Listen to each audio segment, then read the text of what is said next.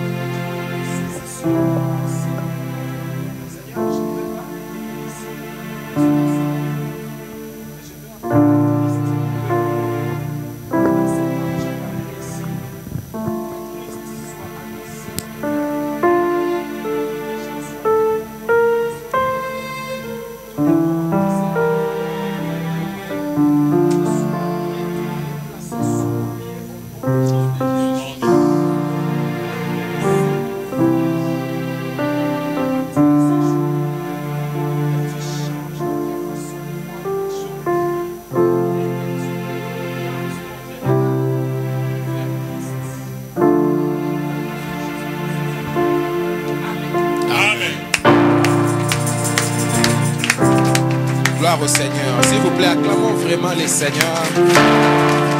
Gloire à Dieu. Merci Jésus, tu es bon. Dieu est bon. Amen. Gloire à Dieu. Hébreux chapitre 12 verset 2. Je vais donner 3 textes. Hébreux 12, 1 à 2, on va dire. Ésaïe 45, 22. Et Psaume 123, verset 2. Hébreux 12, 1 à 2. Ésaïe 45, 22. Et Psaume 123, verset 2. Comme ça, on va s'asseoir seulement une fois pour toutes. Hébreux chapitre 12, verset 1 à 2.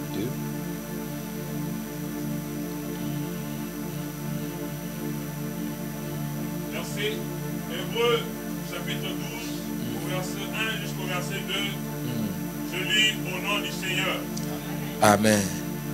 C'est pourquoi nous aussi qui sommes entourés d'une telle foule de témoins, débarrassons-nous de tout fardeau et du péché qui nous cerne si facilement de tous côtés. Et courons avec endurance l'épreuve qui nous est proposée. Oh, gloire à Dieu. Gardons les yeux fixés sur Jésus, qui nous a ouvert le chemin de la loi et qui la porte à la perfection parce qu'il avait en vie la joie qui lui était réservée. Il a enduré la mort sur la croix en méprisant la honte attachée à un tel supplice. Gloire et à Dieu. Désormais, il siège à la droite du trône de Dieu. Amen. Seigneur. Dans cette version, il dit, gardons les yeux sur Jésus qui nous a ouvert les chemins de la foi. C'est fort. Quelqu'un peut nous donner Ésaïe, s'il vous plaît? Parce que dans une autre version, on dit l'auteur et les consommateurs. Ésaïe 45, verset 22. Je lis au nom de Jésus-Christ. Tournez-vous vers moi et vous serez sauvés, vous tous qui êtes aux extrémités de la terre. Car je suis Dieu et il n'y en a point d'autre. Wow. Psaume 123, quelqu'un peut nous donner s'il vous plaît? Versets 1 et 2.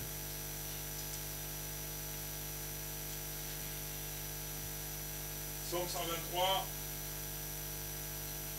Je lève les yeux vers toi, toi qui règnes dans le ciel.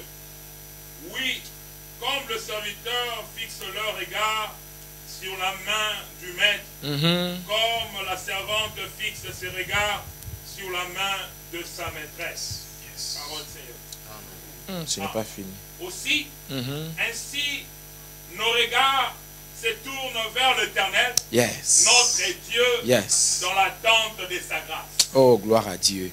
Il dit, Voici comme les yeux des serviteurs sont fixés sur la main de leur maître et les yeux de la servante sur la main de sa maîtresse. Ainsi nos yeux se tournent vers l'Éternel jusqu'à ce qu'il ait pitié de nous. J'aime ça. Là-bas, grâce, pitié. J'aime beaucoup. Gloire à Dieu. S'il te plaît, tu peux t'asseoir sur la tête de ton ennemi au nom de Jésus-Christ. Gloire au Seigneur. Quand tu t'assois sur la tête de tes adversaires, on ne s'assoit pas en silence. Il faut déclarer des paroles. Je domine sur telle situation qui s'oppose à moi. Je domine sur telle situation qui s'élève contre moi. Ne t'assois pas en silence. Ce n'est pas une négociation. Amen. Amen. Ah, gloire à Jésus. Je rends grâce à Dieu pour les grands témoignages que nous avons écoutés. Merci beaucoup à Dieu de nous avoir amené notre frère Ligo et notre évangéliste. Soyez les bienvenus. Bon retour. Que Dieu soit loué pour vous et pour tout ce qu'il a fait avec vous là où vous étiez. Ce n'était pas facile, mais Dieu était avec nous. Amen. Et je remercie Dieu aussi pour les papas de notre maman Wivine qui est guérie. Je me souviens le jour où elle me disait comment ça me faisait rire. Je la voyais, elle voulait mourir avant son père. Ça dit, papa même est malade, mais elle maintenant veut mourir. Elle dit, papa, je veux mourir, mon papa m'a dit, hey, va à la maison, mange la semoule.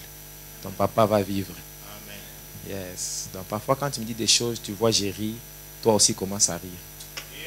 Ce n'est pas parce que j'ai envie de te faire des blagues, mais c'est parce que je vois déjà.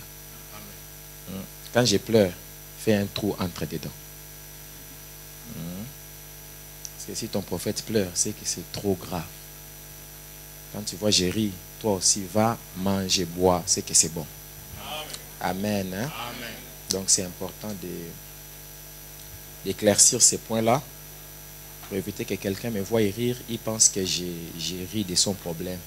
Non, quand tu me vois j'ai ri, c'est que va faire la semoule, mange, fais la fête. Mais quand tu me vois, tu me dis un truc, je ne ris pas. Je te regarde seulement, dit de manière grave. Même si je ne te dis rien, c'est que c'est grave. Mais quand tu vois j'ai ri, c'est que c'est déjà fait. Il y a des choses, je veux parler, Dieu dit ne dis plus rien, j'ai déjà fait. Amen. Je glorifie, c'est ma Dieu. Amen. Amen. Et je crois que des grandes choses arrivent. Amen. Je crois que des très grandes choses arrivent. Dieu nous parle par beaucoup de gens, par plusieurs moyens. Des gens voient des visions, des gens reçoivent des révélations. Chaque jour, chaque jour, chaque jour. Amen. Amen. Il y a des gens à qui Dieu montre des sérieux combats devant nous. Il y a des gens à qui Dieu montre des grandes victoires. Alors maintenant, quelqu'un qui comprend Dieu, il comprend que la révélation que Dieu a donnée là-bas, elle est complétée par celle qui est donnée ici et elle est accomplie par celle qui est donnée là-bas. Dieu est complet. Dieu n'est pas incomplet.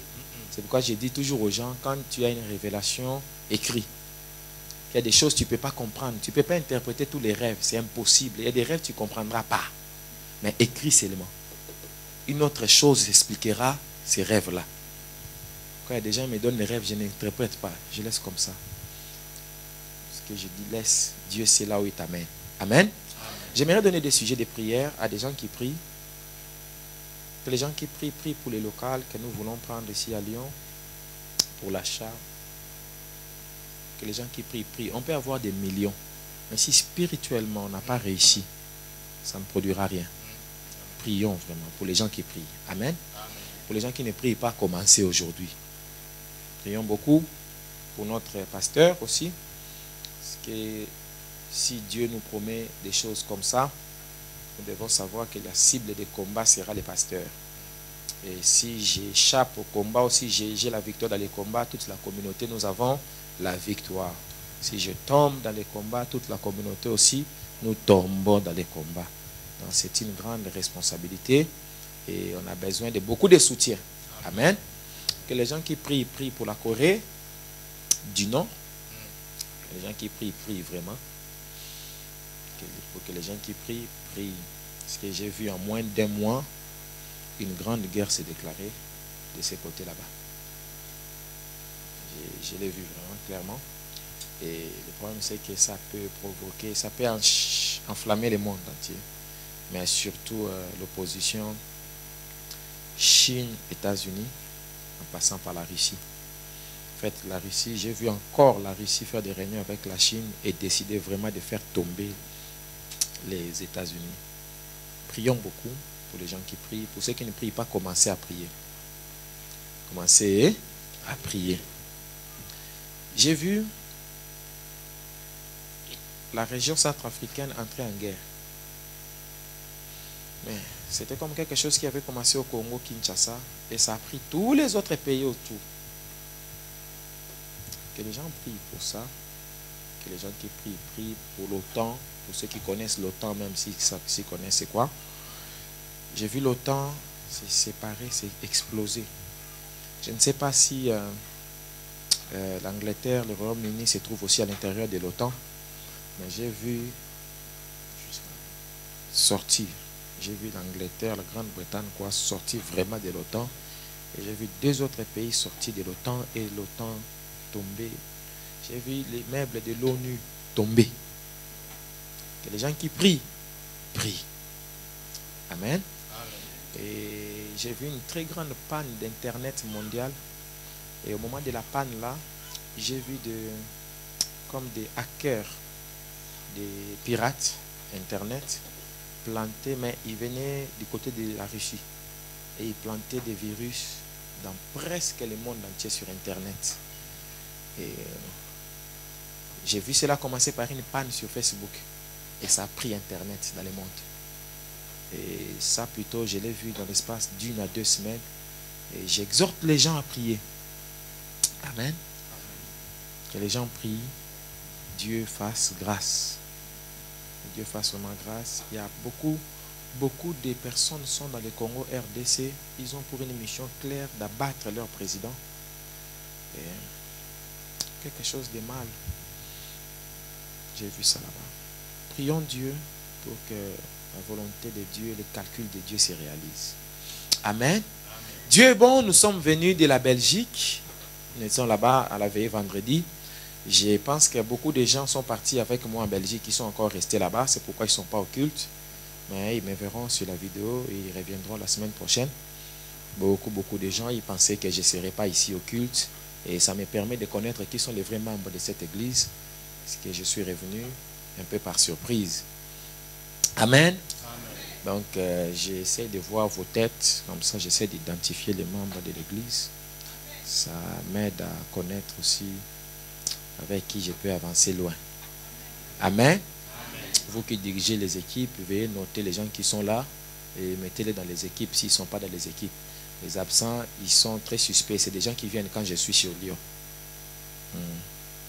Donc vous là-bas, vous nous suivez en ligne. Que Dieu vous bénisse. Continuez à vous absenter quand je ne suis pas là. Vous serez surpris comme ça aussi au retour de Christ. Merci Seigneur. Ce sont les gens qui vont continuer l'église quand nous serons enlevés. Ils viendront faire les cultes ici. C'est pourquoi il faut leur donner des clés. Comme ça, ils peuvent ouvrir la porte quand Christ viendra. Amen. La veille s'est bien passée. Dieu nous a bénis. Les vidéos sont sur Facebook, donc on ne pourra pas parler beaucoup de cela. J'ai donné 3 textes. Ésaïe 45, 22, Psaume 123, verset 2. Et Hébreux chapitre 12, verset 2. Là où la Bible est en train de parler de Christ, l'auteur et le... Ici on parle, tu es où? L'auteur et le consommateur. Non, il faut parler s'il te plaît. L'auteur et le consommateur de notre foi. Amen. Hein? Yes, nous sommes dans une église où les gens parlent. Nous ne sommes pas dans une église où les gens viennent pour écouter un discours et puis partir. Non. Parce que quand tu parles, tu participes au culte. Et ce qui sort de ta bouche produit aussi la foi et produit ce que tu seras demain. Nous sommes dans le livre des Hébreux parce que c'est ça le sujet que j'ai dans mon esprit depuis quelques temps de partager avec vous. Nous sommes dans le livre des Hébreux où c'est un livre où, comme je disais récemment, son auteur n'est pas connu de nous. Qu'est-ce que je dis? Son écrivain, excusez-moi, n'est pas connu, mais son auteur, c'est Dieu, c'est l'Esprit de Dieu. Mais il a inspiré quelqu'un qui a écrit cette lettre et nous ne savons pas c'est qui. Certains disent c'est Pierre, d'autres disent c'est Paul, d'autres disent même Barnabas. Chacun dit ce qu'il veut, mais nous, ce qui nous intéresse, c'est que ces livres existent et qu'il existe sous l'inspiration venant de Dieu. Et c'est un livre qui a un grand message de Dieu. Si Dieu nous permet, un jour nous allons étudier ce livre tout entier dans notre église. Hébreu s'adresse aux Juifs qui sont devenus des chrétiens. C'est-à-dire ce sont des Juifs, ce sont des membres du peuple d'Israël physique et des fils d'Abraham et qui sont devenus chrétiens. Ils ont abandonné le judaïsme, ils ont embrassé le christianisme. C'était très difficile pour eux parce qu'ils devaient perdre tout et c'était un arrêt de mort. C'est même l'une des raisons pour lesquelles à cette époque-là, ils étaient obligés, quand tu reçois Christ, juif, tu dois te faire baptiser dans l'eau qui coule pour que tout le monde voie vraiment publiquement que tu es vraiment devenu chrétien. Parce que beaucoup suivaient Christ en cachette, un peu comme Nicodème, qui était l'un des disciples, mais en cachette. Donc c'est pour ça le christianisme, quand il a commencé, il disait si quelqu'un croit et est baptisé dans l'eau, pas on met une goutte comme ça au milieu dans l'intérieur d'une cathédrale fermée, en public, dans l'eau. Amen. Parce que c'était un grand risque. Et du coup, ces gens-là, ils étaient tentés de retourner au judaïsme. Ils étaient tentés. Ils se demandaient, mais quand on était dans le judaïsme, les choses étaient physiques, les choses étaient palpables, on avait des choses qu'on touchait. Mais dans le christianisme, les choses sont spirituelles. On ne voit rien, mais est-ce que... Et dans ces livres, il est en train de leur dire, Christ est plus grand que Moïse, Christ est plus grand qu'Aaron, Christ est plus grand que David, Christ est plus grand que les anges, Christ est plus grand qu'Abraham, qu'Isaac, que Jacob, Christ est plus grand que les 12 tribus d'Israël, Christ est plus grand. Et les mots-clés du livre d'Hébreu, c'est meilleur. Parce que dans le livre d'Hébreu, on est en train d'expliquer que Christ est meilleur, son sacerdoce est meilleur, la foi en Christ est meilleure que le judaïsme, que tout est meilleur. Amen. Et dans le chapitre 10, l'auteur commence à leur dire, ne perdez pas votre foi, ne perdez pas votre espérance, à laquelle est attachée une grande rémunération. Il dit, non, n'abandonnez pas votre espoir. Il dit, nous ne sommes pas de ceux qui se retirent pour se perdre, mais nous sommes de ceux qui ont la foi pour sauver leur âme. Il dit, celui qui persévère jusqu'à la fin sera sauvé, mais celui qui se relâche ne sera pas sauvé. Et quand il arrive à ce point-là, il entame directement le chapitre 11. Souvenez-vous que ce sont des choses qui étaient écrites sans chapitre, sans verset, et que ce sont des personnes après qui sont venues mettre des chapitres et des versets. Quand il leur dit, nous ne sommes pas de ceux qui se retirent pour se perdre, mais de ceux qui ont la foi pour sauver leur âme. Et là il dit, or, la foi est une ferme assurance des choses qu'on espère et une démonstration des choses qu'on ne voit pas. C'est-à-dire, il ne définit pas la foi, mais il décrit, il explique la foi. Il dit, la foi, c'est être sûr d'une manière ferme. C'est une assurance qui est ferme. C'est une assurance qui ne bouge pas. C'est une assurance stable. C'est une assurance, en même temps, c'est aussi la famille de fermé. C'est-à-dire, c'est quelque chose qui est déjà fermé. Ce n'est pas ouvert n'importe quoi, on n'entre pas là-bas. Non, c'est ferme, cette assurance-là. C'est-à-dire, je suis sûr à 100% que les choses que j'espère, je les ai. C'est une démonstration des choses qu'on ne voit pas. C'est-à-dire, celui qui a la foi, il voit ce qu'il ne voit pas. C'est-à-dire, il ne voit pas encore cela, mais lui, il le voit déjà par la foi. C'est-à-dire, il vit par rapport à sa foi, il vit par rapport à ce que lui voit. Pourquoi quand on parle de Moïse, il dit, Moïse, il a abandonné la maison du roi, il a abandonné toutes les richesses pour aller vivre parmi les esclaves, comme quelqu'un qui voit l'invisible. Ça, la foi, voir l'invisible. Amen.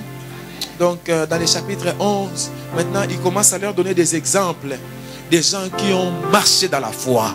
Il commence avec Abel, et il va jusqu'au bout.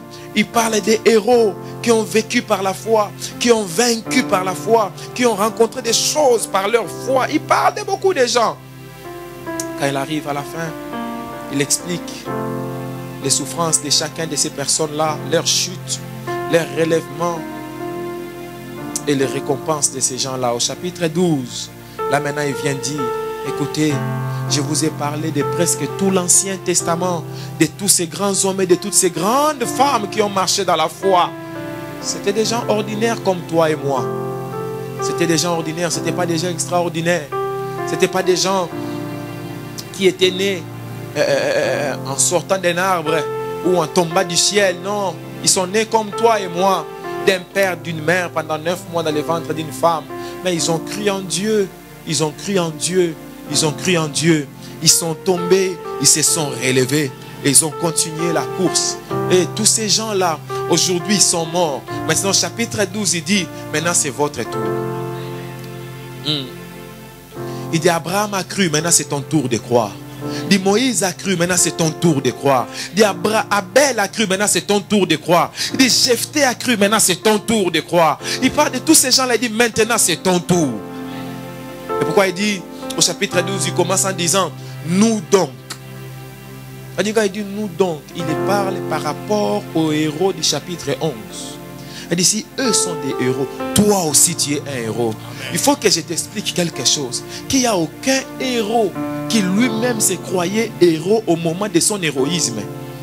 Amen. Oh. Il n'y a personne qui lui-même se disait, moi vraiment je suis un héros comme je suis là. Non. Quand tu te dis ça, tu n'es pas un héros. Parce que l'une des grandes marques des héros, c'est cette humilité-là, de ne pas se voir comme un héros, mais plutôt de dire, je suis au service du peuple, je suis au service de Dieu.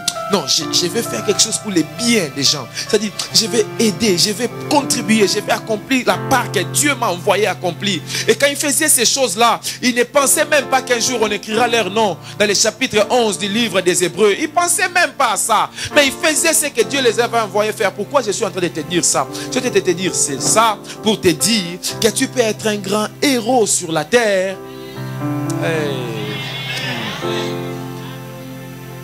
Leur seule qualité, c'était de vivre dans leur foi. Si tu crois en Dieu, vis de cette foi-là. Demain, on t'écrira dans un livre comme l'un des héros de notre génération. Un autre signe des héros, c'est que quand ils sont vivants, souvent leur génération ne croit pas en eux. Souvent leur génération les tue. Et c'est souvent après leur mort, les générations qui viennent après, qui élèvent des statues pour dire que c'était un héros. Mais les gens de leur génération souvent ne les comprennent pas, ne les acceptent pas. Parce que très souvent, ce sont des précurseurs. Ils voient l'au-delà. Ils vivent en avance par rapport à leur génération.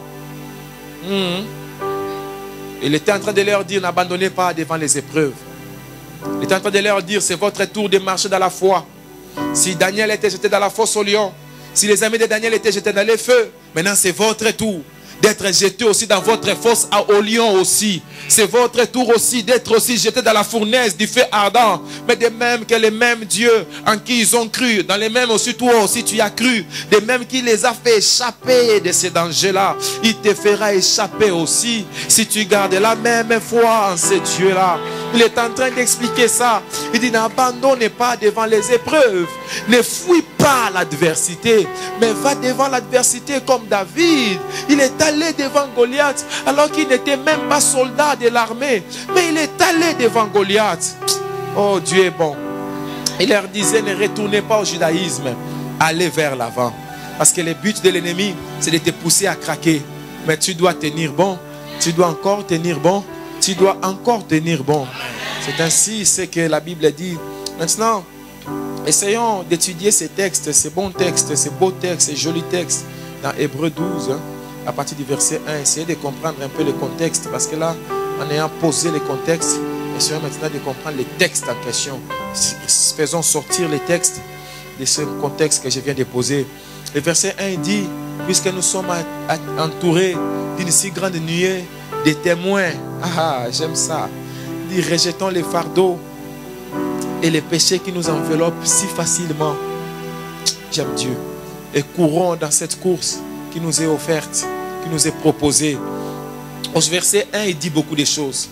La première chose, il dit, nous avons une nuée de témoins. Nous ne sommes pas seuls. Nous avons des témoins. Nous avons des témoins. Vous savez, le mot témoin, en grec, c'est aussi le mot martyr. Témoin, c'est martyr. Normalement, ça devait être traduit par martyr. Même temps, quand dans Actes 1, quand il dit, vous serez mes témoins. Vous recevrez une puissance, vous serez mes martyrs. Tu vois, il n'y a plus d'amen. Parce que les gens n'aiment pas les martyrs. Yes, les gens aiment les martyrs. Les martyrs de l'indépendance. Mais pour que ça soit lui-même, jamais. Jésus-Christ dit, vous recevrez une puissance dans Actes 1:8. Le Saint-Esprit survenant sur vous et vous serez mes martyrs. L'onction la reçoit pour devenir martyr. C'est pourquoi hier, quand j'ai parlé là-bas, là où on consacrait les frères, je leur ai dit bienvenue dans les clubs des morts. Parce qu'on reçoit l'onction pour mourir. On reçoit l'onction pour devenir martyr. Abel a été choisi, ça l'a tué. Ça a marqué déjà les chemins. Ça a montré déjà là où ça va t'amener ta foi. Ah ah. Il n'y a plus d'amen. Beaucoup de gens pensent que leur foi, ça doit leur acheter une maison. Ça doit leur acheter une voiture. Ça doit leur donner... ta foi t'amène à devenir martyr. Il dit, nous sommes entourés d'une grande nuée de martyrs. D'une grande nuée de témoins. Parce que si vous regardez Hébreux 11, ces gens-là, par la foi, la majorité d'entre eux, ils ont souffert à cause de leur foi. Ils ont été tués à cause de leur foi. C'était des martyrs. Et il dit dans le verset 1, nous sommes entourés d'une grande nuée de martyrs. Nous aussi, nous sommes des martyrs qui rendent comme nous. Que tu le veuilles ou pas, quand tu reçois Christ, tu deviens martyr de Christ.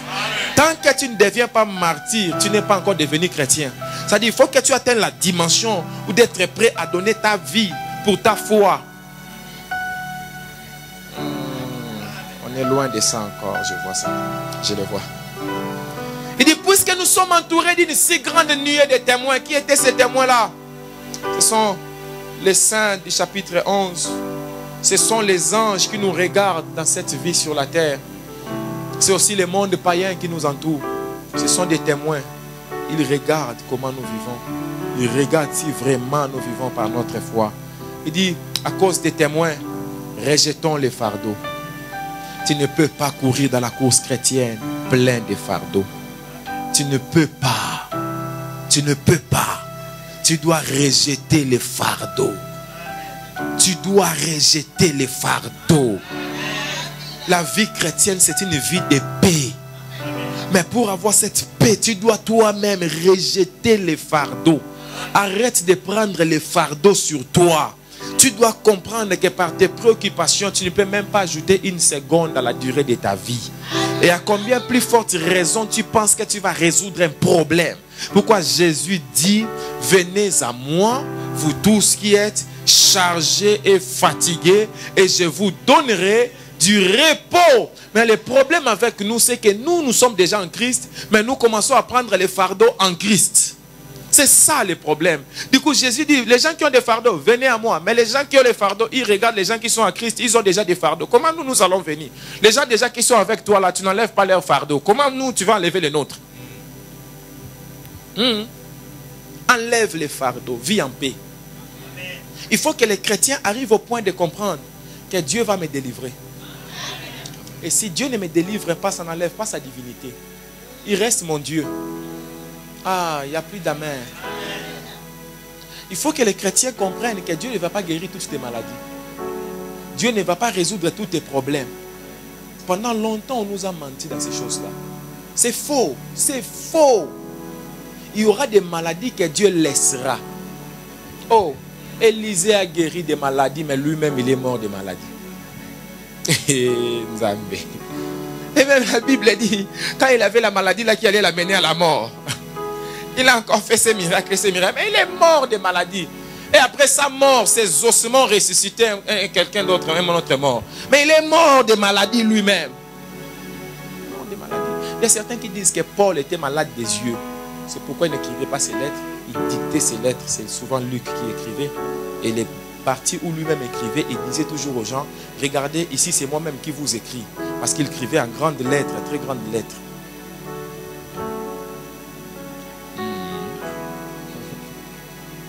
Il y a des problèmes que Dieu ne va pas résoudre. Ce n'est pas parce qu'il est incapable de les faire, mais parce qu'il ne veut pas les faire. Parce qu'il veut te maintenir dans ces problèmes-là pour t'enseigner quelque chose que tu ne comprends pas dans ta vie. Je te dis la vérité. Parce qu'il faut que les enfants de Dieu arrivent au point de saisir que dans l'école de Dieu, les meilleurs professeurs, c'est Madame Souffrance et Madame Épreuve. Les jours où Dieu te fait entrer dans la classe de Madame Souffrance, sois heureux. Les jours où Dieu te fait entrer dans la classe de Madame Épreuve, sois heureux. Ne sois pas pressé de fuir sa classe pour aller dans la classe de Madame Bénédiction ou de Monsieur Soguinine. Reste dans la classe de Madame Souffrance. C'est la meilleure classe de l'école de Dieu. Parce que les meilleures leçons, les meilleurs enseignements que Dieu nous donne, il ne nous donne pas dans la fête, mais il nous donne dans les deuils. Il nous donne dans les larmes. Il nous donne dans la torture. Alléluia. Mais tu dois apprendre à rejeter les fardeaux et accepter l'école de Dieu.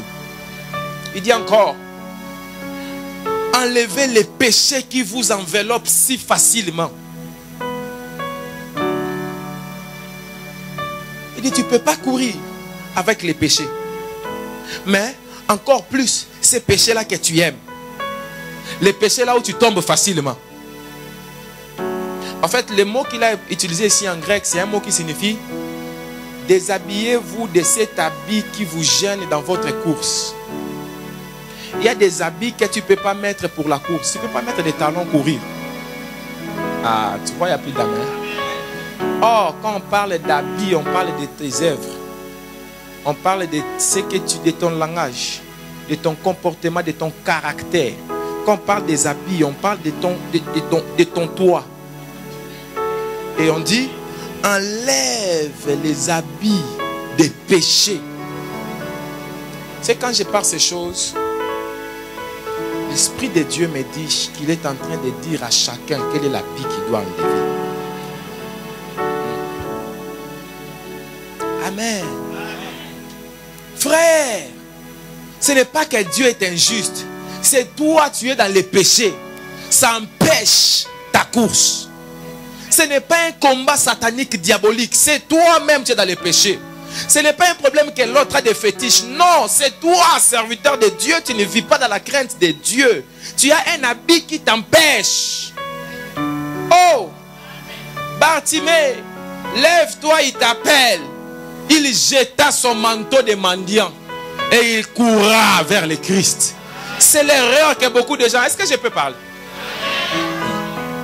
Dans cette journée-là, tout le monde qui suivait Jésus l'appelait Yehoshua, Yehoshua, Yehoshua. Mais Bartimée l'a appelé fils de David. Bartimée avait une révélation que la foule n'avait pas. Mais Bartimée était aveugle. Mais la foule voyait. Mais en réalité, c'est la foule qui était aveugle. Mais Bartimée voyait plus que la foule. Parce que la foule voyait seulement quelqu'un qui peut multiplier les pains.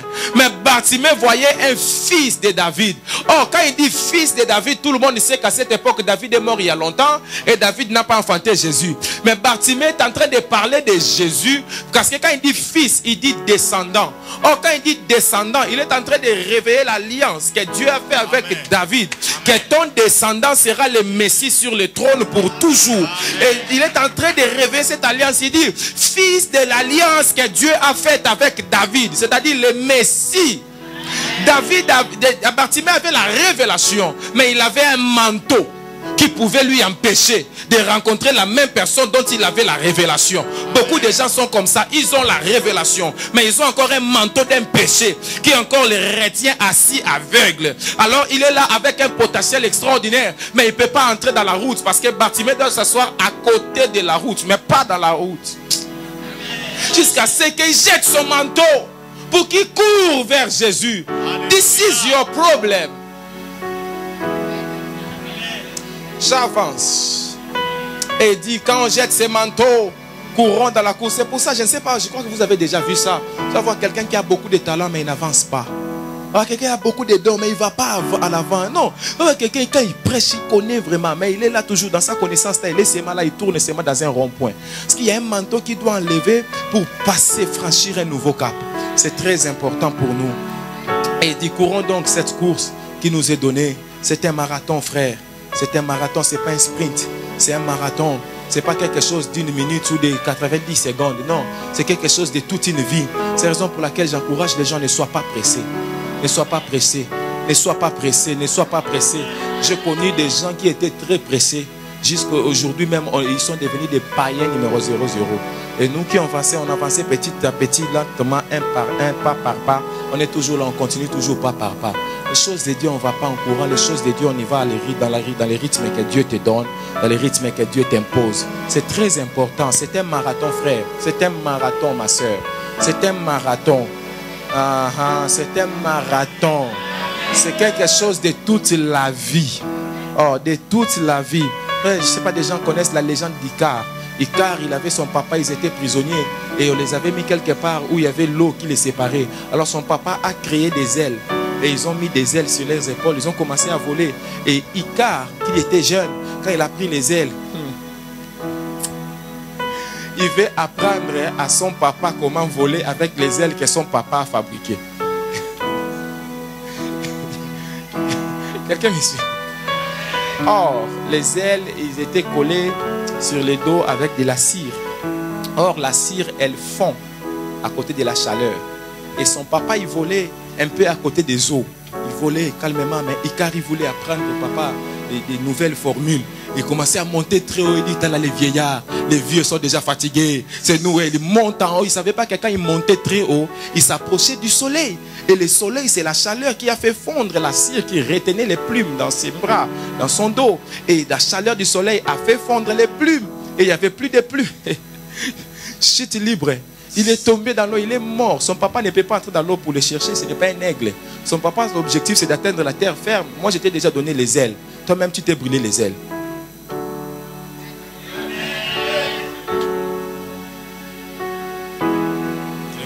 Il y a beaucoup de gens qui étaient devant nous, mais aujourd'hui, ils sont très loin derrière nous. Ils ne sont même plus dans la course. Tout simplement parce qu'ils ont couru trop vite. Et à un moment, ils étaient essoufflés. Il y a une course devant nous. Mange et bois, car la route est longue. Et prends les rythmes que Dieu te donne. Le verset 2, il dit, courons dans cette course. Il a déjà donné les préalables. N'oublie pas qu'il y a des témoins qui te regardent. Même quand nous ne sommes pas là, il y a des témoins qui te regardent. Enlève les fardeaux, enlève les soucis, les préoccupations. Maintenant, enlève l'habit qui te gêne dans ta course. Enlève ces péchés-là. Maintenant, quand tu fais la course-là, tu dois savoir que cette course, ce n'est pas une compétition contre ton frère ou ta soeur chrétien. Aïe, aïe, aïe, aïe, aïe, aïe. Alléluia. Toujours je vais prêcher, ils vont sentir. Aïe, aïe. La course, ce n'est pas contre moi. Tu as des gens... bon, ok. Ne fais jamais l'œuvre de Dieu par rapport à l'autre. Ne fais jamais l'œuvre de Dieu pour t'imposer à un autre. Fais l'œuvre de Dieu pour que tu sois fidèle à ce que Dieu t'a envoyé. Pour que tu sois conforme à Christ. Notre course, l'objectif, c'est d'avoir la couronne à la fin. Et la couronne incorruptible de la vie éternelle. Notre course, ce n'est pas pour à la fin que tu dises à l'autre, j'ai gagné. C'est quand on sort de la maison, les enfants courent et qu'ils veulent toucher la voiture le premier. Ils disent, j'ai gagné. Dans la vie chrétienne, ce n'est pas comme ça, frère. Ce n'est pas par rapport à l'autre, mais c'est par rapport à Christ. C'est par rapport à ce que Christ a mis devant toi. C'est par rapport au challenge que Dieu met par rapport à toi. Et le challenge de Dieu, c'est la vision que Dieu implante dans ton esprit. Tu dois aller avec cette vision-là et aller avec jusqu'au bout. Cela va t'éviter de penser que quelqu'un se met à ta place. Cela va t'éviter de chercher à faire ce que l'autre fait. Cela va t'éviter de jalousie inutile. Amen. Dans nos églises, souvent, nous avons cette maladie. Nous ne voulons pas que les autres fassent ce que nous faisons. Nous ne voulons pas que les autres fassent ce que nous pensons que c'est nous qui devons les faire. Nous ne voulons pas... En fait, les gens pensent que quelqu'un qui arrive à l'église aujourd'hui, il doit être derrière toi parce que toi tu étais là avant lui. C'est une erreur. Chaque personne doit être à l'endroit où Dieu les place. Tu connais le docteur Kama, je suis allé dans son église en 97. J'avais déjà 7 ans de vie chrétienne. Là d'où je venais, j'étais dirigeant d'équipe. Mais j'ai trouvé des frères là-bas qui venaient de devenir chrétiens en 97. Et ces frères-là, ils voulaient se comporter avec moi comme si j'étais leur fils dans la foi. J'ai dit, hé, frère, toi tu es bébé spirituel. Moi je dois t'affermir d'abord. Le fait que je sois venu dans cette église après toi, ça ne veut pas dire que je suis venu à Christ après toi.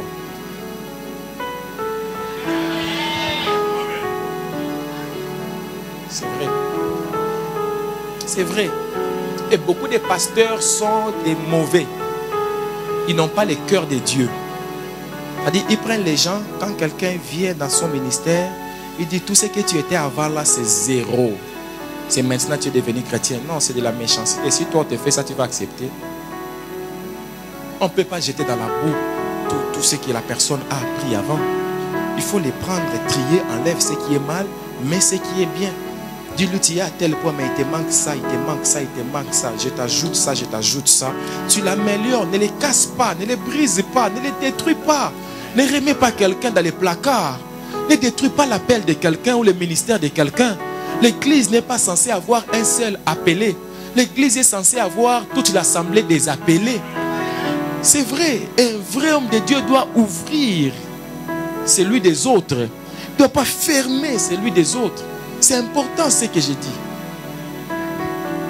C'est une course, mais ce n'est pas une course contre l'autre. C'est une course vers Christ. C'est ça qui va m'aider à ne pas chercher à faire mon ministère en cherchant à imposer à quelqu'un d'autre ou à prouver quelque chose à quelqu'un. Sois toi-même, fais ton travail. Ne cherche pas que quelqu'un puisse voir. Elle vraiment, non. Ça c'est ton problème. Tu acceptes, c'est toi. Tu n'acceptes pas, c'est toi. Je ne fais pas ça pour toi. Je fais ça pour celui qui m'a appelé. Ça va t'éviter des tensions, des problèmes cardiaques inutiles. Oh, à l'église, on m'aime pas, on ne croit pas mon ministère. Frère, fais ton ministère. Tu crois que tu as un ministère? Fais-le alors. Ce n'est pas l'église ici qui donne le ministère. Le ministère, c'est le monde entier. T'as là. Je dois te dire encore quelque chose. Jésus a donné 2 ordres que les gens mélangent. Il a dit annoncer l'évangile au monde et annoncer le royaume à l'église.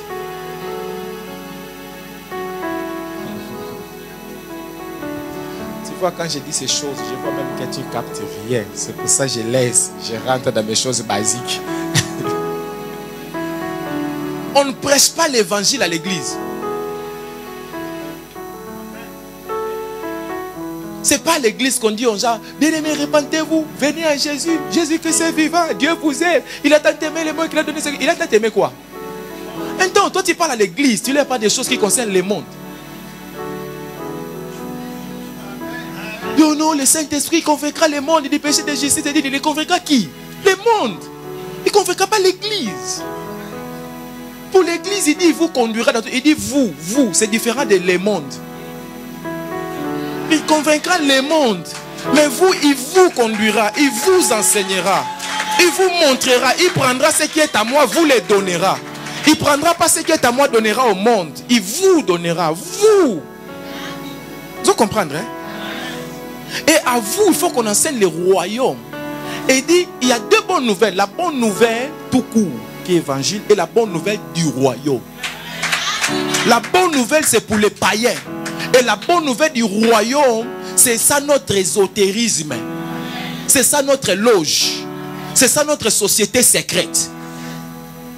C'est dans ta Bible. Le christianisme, c'est la première loge du monde. Quand la Bible dit, vous êtes l'édifice de Dieu. Édifice égale maison, égale loge. Or, loge égale maison. Et vous êtes la maison de Dieu.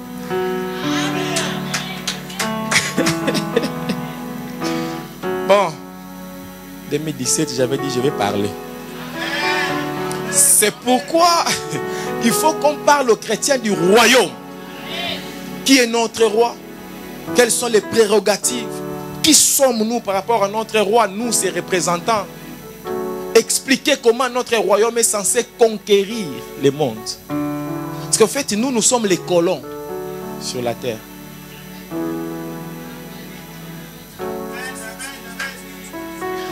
Nous sommes les colons. Notre cité est au ciel. Mais il nous a pris là-bas. Il nous a fait descendre ici avec le pouvoir et la puissance. Pour coloniser les territoires du prince de ce monde. Pour prendre ces sujets et les transformer en nos sujets. Nous avons des choses exotériques et des choses ésotériques. Des choses extrinsèques et les choses intrinsèques. Et extrinsèque, c'est exotérique, c'est extérieur. On donne aux gens de l'extérieur. Quand ils deviennent les gens de l'intérieur, on ne peut plus les donner les choses exotériques. Il faut commencer maintenant à leur donner des choses. Maintenant, les chrétiens, ils font 5 ans dans l'église, on lui donne l'évangile pendant 5 ans. Ah, Zambé, il n'a aucun souci. Et quand vous commencez à donner... Bon, en fait, il y a aussi une difficulté parce que les gens qui devaient nous donner, eux-mêmes, ils ne savaient pas. Tout ce qu'ils savaient, c'est que Dieu vous aime. Mais ça ne suffit pas, frère. Il faut aller au-delà. Paul dit, j'ai prié pour vous, que Dieu ouvre les yeux de votre cœur. Fait que vous compreniez la longueur, la largeur, la hauteur et la profondeur. Il y a des choses dedans. C'est une vision en 3D. Ce n'est pas une vision simple comme ça. Oh. Oh. Il y a la réalité augmentée dedans. Tu vois, même l'Autriche a volé. On lui a mis un truc dans les yeux comme ça de Samsung. Elle a vu ça, elle aussi, elle a volé. Mais toi-même, on t'aimait même plus que ça. Ça même, ce n'est que HD. Mais toi, on t'aimait celui de Dieu. Vidéo même. Full 4K, 7K. Mais tu ne voles pas. Tu veux seulement mettre ta tête sous la terre. Fais sortir la tête de la terre. Ya, ya. Oh. Bon. Tu me provoques à dire certaines choses. Mais il faut que je te le dise aussi. Il faut que quelqu'un t'aide. Oh. Oh. Bon, j'avance un peu. En fait, aujourd'hui, j'ai 2 ou 3 trésors que j'ai cachés quelque part. Et c'est à toi de les trouver. Je pars. Il dit, le verset 2 maintenant. Il dit, dans cette course, gardez les yeux fixés vers Jésus. Et malheureusement pour nous, quand il dit les yeux fixés vers Jésus, tout le monde, quand on dit ça, il voit ces yeux-là, ces deux.